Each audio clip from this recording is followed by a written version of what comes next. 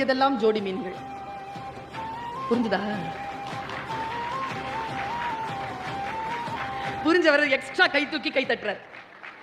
அவர் 10 second ஆகும். கதையும் கவிதையும், கதை சீக்கிரம் புரிஞ்சிடும், கவிதையும் ஜோக்கும் லேட்டா தான் புரியும். ஆனா புரிஞ்சிடணும்.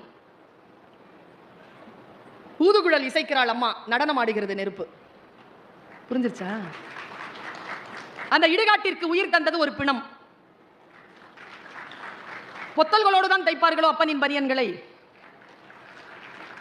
தரிணையும் ஓசையில் தெரிந்து விடுகிறது அம்மாவின் கோபம்.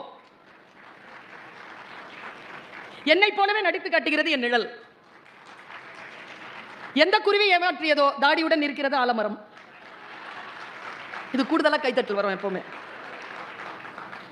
மீன் குஞ்சின் சின்ன துடுப்பு அசைத்துக் கொண்டிருப்பது பெருங்கடலை. சில விஷயங்கள் புரிஞ்சிருச்சுன்னு வச்சுக்கோங்களேன்.